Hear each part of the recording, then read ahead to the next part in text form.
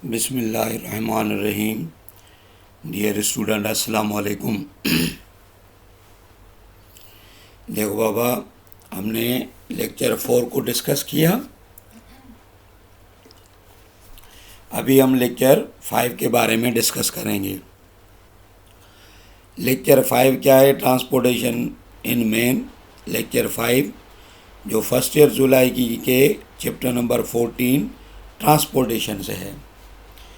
Lecture 5 में क्या पढ़ेंगे बाबा? Let's start. देखो बाबा, हमने पेस मेकर पढ़े थे। पेस मेकर आपने पढ़ा था कि नेचुरल पेस मेकर होते हैं और दूसरे होते हैं जिन्हों को कहा जाता है artificial pacemaker. Pacemaker तो कुदरती होते हैं, मगर जब वो काम करना छोड़ दें तो आर्टिफिशियल पेस मेकर के बारे में पढ़ते हैं। तो आज हम आर्टिफिशियल पेस मेकर के बारे में पढ़ेंगे। तो वो क्या होते हैं? What are the artificial pace maker?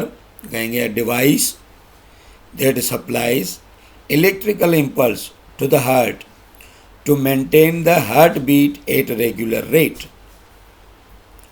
Heart की बीट को रेगुलर रेट में चलाने के लिए एक डिवाइस, एक मशीन की ज़रूरत पड़ती है। वो मशीन अगर करंट के थ्रू रेगुलर हार्ट बीट को रेगुलर रेट में चलाए तो उस मशीन का नाम, उस डिवाइस का नाम आर्टिफिशियल पेस मेकर होता है। अच्छा, it consist of small electrical device. ये एक इलेक्ट्रिकल डिवाइस होती है and power source connected to the heart और इलेक्ट्रिक वायर। और एक पावर सोर्स ली जाती है जिसको इलेक्ट्रिकल वायर कहा जाता है। ये इलेक्ट्रिकल वायर हार्ट के साथ कनेक्ट की जाती है और ये वायर इस डिवाइस और मशीन या बैटरी से करंट बनाकर इस हार्ट तक पहुंचाती है। इसीलिए पहुंचाती है क्योंकि हार्ट की जो बीट होती है वो रेगुलर रेट में चल सके। हार्ट बीट को रेगुलर रेट में चलाने के लिए इलेक्ट्रॉनिक डिवाइस के थ्रू अगर करंट भेजा जाए तो उसको हम नेचुरल पेस मेकर नहीं मगर आर्टिफिशियल पेस मेकर कहेंगे। अच्छा, ये कहाँ पर होती है? It is implanted below the skin. ये स्किन के नीचे लगाई जाती है, इन द चेस्ट में। वो in a person's S A node, SAN means SAN means sinoatrial node is not functioning properly. जब ऐसे नोड काम करना प्रॉपरली छोड़ दे और वो and there is some problems to the passage of normal electrical impulses. जब ऐसे नोड नॉर्मल इम्पल्स पैदा ना करे या ये बिल्कुल ही काम ना करे, उसके दौरान हम डिवाइस लगाते हैं, मशीन लगाते हैं जिसको आर्टिफिशियल पेस मेकर कहते हैं। देख लो बाबा, ये आर्टिफिशियल मशीन होती है, इसमें वायर होती है, ये इम्प्लांट होगी पेस मेकर आर्टिफिशियल, और इसके ज़रिए ये जो होती है ये पेस मेकर आकर कहाँ पर होते हैं? ये देखो राइट एट्रियम में आया, राइट एट्रियम से राइट वेंट्रिकुलर की तरफ। आपने नेचुरल पेस मेकर भी पढ़े थे, वो जो राइट एट्रियम में थे, राइट वेंट्रिकुलर में थे। तो राइट एट्रियम के अंदर ऐसे नोड था, एट्रियम और वेंट्रिकुलर के बीच में एवे नोड था, वेंट्रिकुलर के वाल के बीच में बंडल ऑफ वेज थे, अपेक्स ऑफ वेंट्रिकुलर तक पुरकुंजी फाइबर थे। तो ये जो मशीन होती है ये करंट जो पैदा करती है वो वायर के थ्रू राइट एट्रियम और राइट वेंट्रिकुलर तक, तो पूरी की पूरी हार्ट को करंट मिल जाता है। यहाँ पर देखो क्या है? Pacemaker is the medical device that uses the electrical impulses developed by the electrode containing of heart muscle to the regular beat of the heart। वो रेगुलर हार्ट बीट को मेंटेन करते हैं। अच्छा, दूसरा, the primary purpose of pacemaker is to maintain an adequate heart rate either because the heart native pacemaker is not fasting enough और there is a block in the heart electrical conduction system. यहाँ वो तो जल्दी जल्दी काम ना करता हो या तो कम्प्लीटली ब्लॉक हो जाता हो, तो उस चीज़ को ख़त्म करने के लिए ये मशीन लगा देते हैं। कुछ लोग बैटरी को चेस्ट के अंदर लगा देते हैं, कुछ चेस्ट के बाहर लगा देते हैं, कपड़े के अंदर पॉकेट वगैरह बनाकर उसके अंदर रख देते हैं ताकि करंट बनता रहे और ये बैटरी चार्जेबल होती है। ये चार्ज होती है, इसके अंदर सेल वगैरह लगते हैं, बैटरी वगैरह लगती है,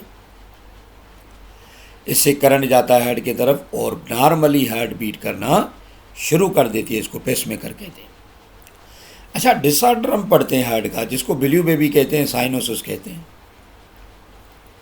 अगर बिल्यू बेबीज साइनोसिस को पढ़ो तो when the skin of new born babies is become blue in colour, जब जो बच्चा पैदा होता हो उसकी स्किन अगर ब्लू कलर की हो तो इसको बिल्यू बेबी कहते हैं या साइनोसिस।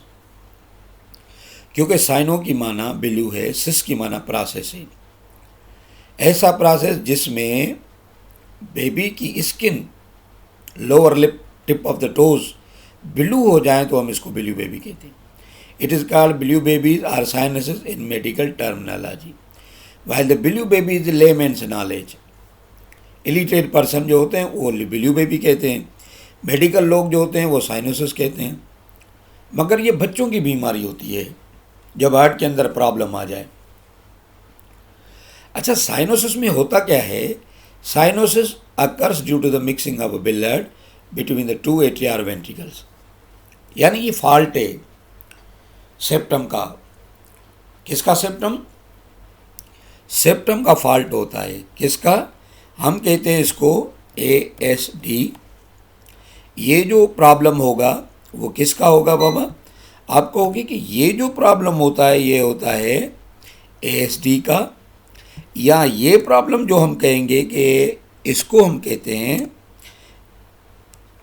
VSD, यानी या तो ASD का प्रॉब्लम होगा या तो VSD का। ASD माना एट्रियम सेप्टम डिफेक्ट, VSD माना वेंट्रिकुलर सेप्टम डिफेक्ट। तो between the atria and ventricular का डिफेक्ट होता है,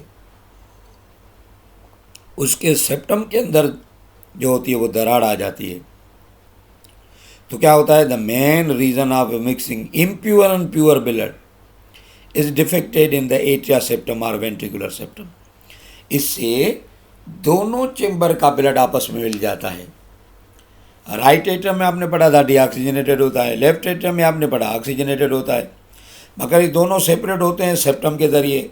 अगर सेप्टम के अंदर कोई फॉल्ट हो जाए तो दोनों ब्लड आपस में इंटरमिक्स हो जाते हैं। और वे यही सबब राइट वेंट्रिकुलर में डीऑक्सीजनेटेड, लेफ्ट वेंट्रिकुलर में ऑक्सीजनेटेड, दोनों एक दूसरे से अलग होते हैं सेप्टम के थ्रू।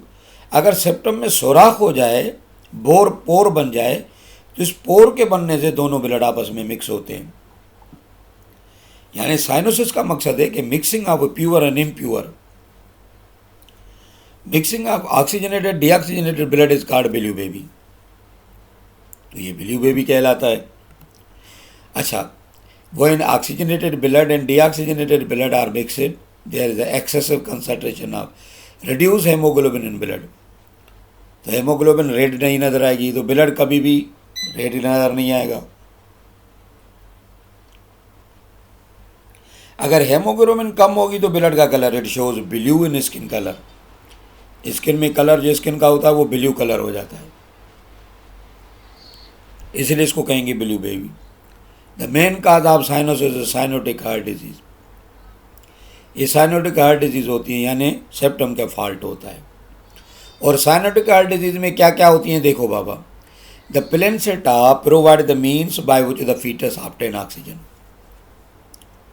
फर्स्ट टाइम मदर के अंदर जब बेबी पैदा होता है तो उस वक्त ये प्लेसेंटा होती है जिसके ज़रिए बच्चे को ऑक्सीजन प्रोवाइड की जाती है।